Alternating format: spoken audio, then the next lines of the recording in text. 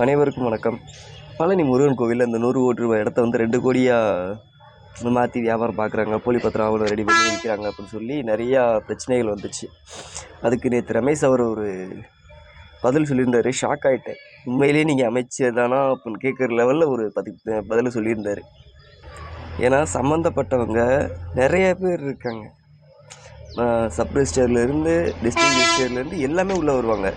ஆனால் இவர் வந்து அந்த சப் ரெஜிஸ்டரை மட்டும்தான் இதாக்குறாரே தவிர மற்றபடி யாரையுமே சொல்லலை. டிஸ்ட்ரிக்ட் ரெஜிஸ்டரை சொல்லலை, அந்த போலி பத்திரத்தை யார் உருவாக்குறது அதை சொல்லலை. அதெல்லாம் என்கொயரி பண்ணணும். இல்லை அதை என்கொயரி பண்ணி தானே நீங்கள் வெளியே வந்து பத்திரிக்கையில் பேசியிருக்கணும்.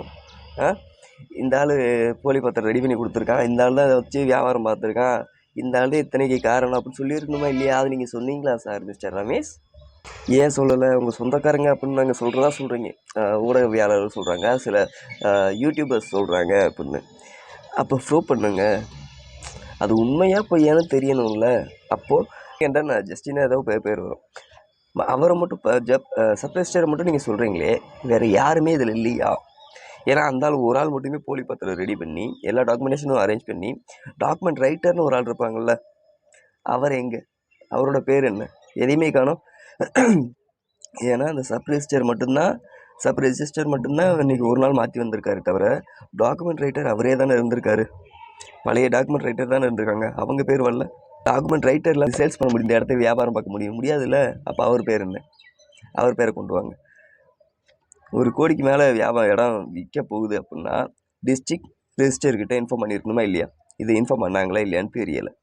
இது யார் மேலே தவறு? துறை ரீதியான தவறு. அப்போ அந்த ஆஃபீஸில் இருக்க யாருக்கும் தெரியாமையே அது நடந்திருக்கு. ஜஸ்டிஸ் மணிகண்டன், அந்த மணிகண்டன்ற ஒரு நபர் வந்து தான் எத்தனை பார்த்தாரா? இதுக்கு பின்னாடி எத்தனை பேர் இருக்காங்க? அவங்க பேர்லாம் ஏன் வரமாட்டேங்குது?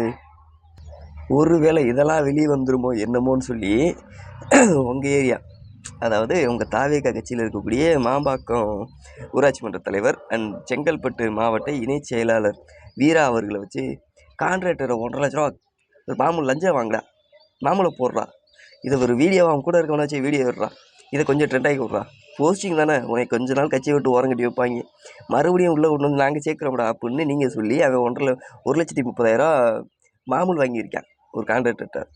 அந்த காணொலி இப்போ தான் வந்திருக்கு. ஏன் இப்படி பண்ணுறீங்க? ஒன்று உங்களை பண்ண தெரிஞ்சால் பண்ணுங்க, இல்லையா பேசாமல் இருங்க, பிரச்சனை இல்லை.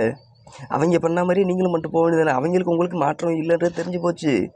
மாற்றம் என்ன மாற்றம்? கட்சியும் பேரும் தான் மாற்றமே தவிர ஆட்சியில் எந்த மாற்றமும் இல்லைன்றது மக்களாகிய எங்களுக்கு தெளிவாக தெரிஞ்சிருச்சு.